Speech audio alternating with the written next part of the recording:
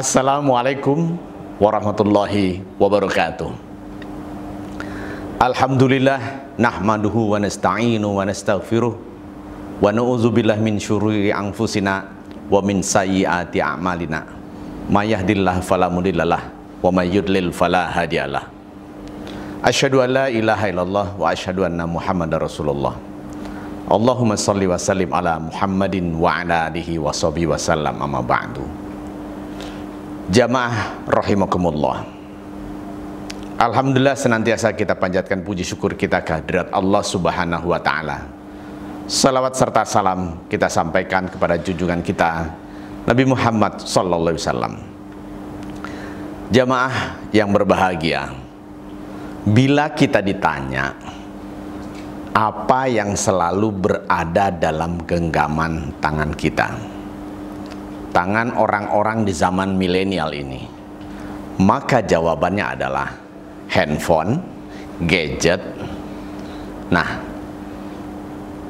jadi handphone, gadget itu menjadi lifestyle, pegangan, dan bahkan sumber informasi, serta juga menjadi gaya hidup dan sumber semua aktivitas kehidupan, inspirasi kehidupan setiap manusia zaman ini. Tapi pada saat ini saya tidak membicarakan tentang gadget. Yang akan saya bicarakan adalah tentang Al-Quran sebagai pegangan kita.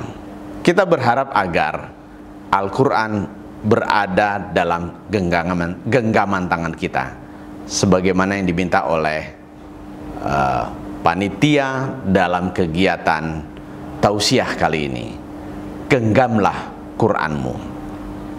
Jamaah yang berbahagia, sebagai mukmin yang mengimami kitab-kitab Allah, kita harus selalu yakin bahwa Al-Quran itu diturunkan kepada Nabi Muhammad sallallahu alaihi wasallam melalui malaikat Jibril, berasal dari Allah Subhanahu wa taala, berasal dari firman-firman Allah Subhanahu wa taala.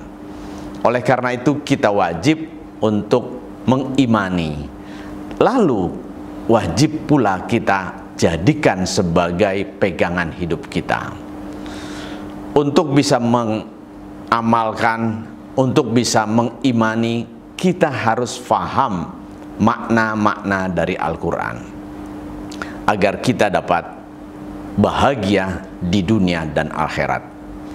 Al-Quran tidak hanya menjelaskan hal-hal yang bersifat ukhrawi, bersifat akhirat, tapi juga Al-Quran juga menjelaskan hal-hal yang bersifat keduniaan. Untuk itu Al-Quran kita jadikan sebagai pegangan hidup kita. Jamaah yang berbahagia, untuk bisa memahami Al-Quran memang dibutuhkan pengetahuan, pemahaman tentang bahasa Arab. Namun untuk bisa mengetahui bagaimana Al-Quran itu indah, kemudian bisa didengar dengan enak oleh setiap orang, mungkin setiap telinga manusia bisa memahami itu. Sebagai contoh, kita lihat di dalam Al-Quran itu ada susunan bahasa yang begitu indah, Begitu kita mendengar betapa bahasa yang dibuat oleh Allah dalam firman-Nya indah didengar oleh telinga kita.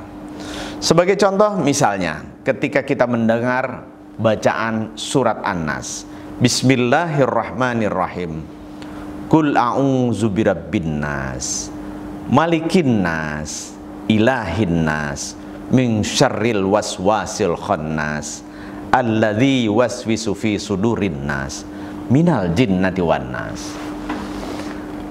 Setiap akhir dari ayat-ayat tersebut ada akhiran kata nas. Betapa indahnya kata-kata yang dibuat oleh Allah di dalam Al-Quran. Semua berakhiran nas. Begitu juga pada surat-surat yang lain. ada Al-Ikhlas, Al-Falaq. Nah, maka tidak heran orang menyatakan bahwa Al-Quran itu sebuah sastra yang agung. Di samping itu Al-Quran juga memuat pelajaran yang tinggi dan luhur dari sisi akhlak. Al-Quran juga berbicara tentang undang-undang pidana dan perdata yang adil. Al-Quran juga memberikan nasihat-nasihat yang sangat berpengaruh bagi orang-orang yang membacanya. Kisah-kisah yang disampaikan dalam Al-Quran mengandung hikmah yang luar biasa. Karena itu tidak berlebihan bahwa apabila kita katakan Al-Quran mengandung seluruh fondasi yang dibutuhkan manusia untuk mendapatkan kebahagiaan dunia dan akhirat. Allah berfirman dalam surat An-Nisa ayat 82, Bismillahirrahmanirrahim, afala yatadabbarunal Qur'an walau kana min indi ghairillah lawajadu fihi ikhtilafan katsira. Allah katakan, apakah mereka tidak merenungkan Al-Quran? Seandainya Al-Quran itu datang dari selain Allah, pasti mereka akan menemukan banyak pertentangan. Jamaah rahimakumullah, dalam ayat tersebut ya, Allah memerintahkan kita merenungkan Al-Quran. Maksud merenungkan ini adalah sebisa mungkin kita memahami maknanya dan kemudian merenungkan, kemudian juga mengamalkan dari pelajaran yang diberikan oleh Al-Quran. Sebab Al-Quran memang penuh syarat dengan nasihat yang patut kita renungkan. Jamaah yang berbahagia, Al-Quran yang ditampilkan begitu menyentuh sehingga kita perlu memetik pelajaran di dalamnya. Allah berfirman dalam surat Al-Anfal, innamal mu'minuna alladzina idza dzukirallah wajilat qulubuhum wa idza tuliyat alaihim ayatuhu zadathum imanan wa ala rabbihim yatawakkalun. Sesungguhnya orang-orang yang beriman itu ialah mereka yang bila nama Allah disebut bergetarlah hati mereka, dan apabila dibacakan ayat-ayatnya bertambah iman mereka, dan hanya kepada Tuhanlah mereka bertawakal. Sungguh apabila kita mencermati ayat tersebut akan tampak betapa ciri-ciri orang yang beriman apabila disebut nama Allah bergetar hati mereka. Apabila dibacakan ayat-ayat Allah, maka semakin bertambah iman mereka. Dan itulah ciri-ciri orang yang beriman. Mari kita renungkan ke dalam diri kita. Apakah kita termasuk orang-orang yang ketika mendengar nama Allah hati kita bergetar? Apakah kita ketika mendengar ayat-ayat Allah dibacakan iman kita bertambah? Mudah-mudahan sebagaimana yang disebutkan oleh ayat tadi. Kalau tidak, maka kita perlu memperbaiki hati kita. Imam Nawawi berkata, menangis ketika membaca Al-Quran merupakan sifat orang yang telah mencapai derajat pengetahuan yang mendalam, sekaligus lambang bagi hamba-hamba yang soleh. Jamaah rahimakumullah, sehubungan dengan penghayatan terhadap ilahi, kalam-kalam ilahi yang berpengaruh terhadap kalbu untuk menambah kualitas imannya, Allah berfirman, idza tutsla alaihim ayatu rahman harru sujjadau wa bukiyya. Apabila dibacakan ayat-ayat Allah yang maha pemurah kepada mereka, maka mereka menyungkur dengan bersujud dan menangis. Jamaah yang berbahagia, Allah pun berfirman dalam ayat Al-Isra 107 sampai 109,